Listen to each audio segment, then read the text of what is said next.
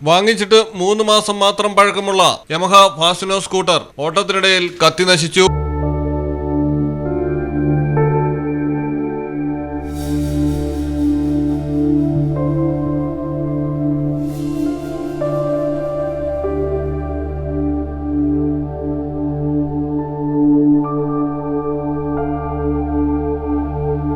കൊല്ലം അരിപ്പയിലാണ് സംഭവം. Oil palm തൊഴിലാളിയായ രാജീവിന്റെ സ്കൂട്ടറാണ് കത്തി നശിച്ചത്. സ്കൂട്ടറിൽ പോകവെ പെട്ടെന്ന് പുകയുയരുകയായിരുന്നു. വാഹനം നിർത്തി പരിശോധിക്കുന്നതിനിടെ പുക അധികമായി. തുടർന്ന് രാജീവ് ഓടിമാറി. അതിവേഗം തീയാളി പടർന്നു. വാഹനം പൂർണ്ണമായും കത്തി നശിച്ചു. തീപിടുത്തത്തിന്റെ കാരണം വ്യക്തമല്ല.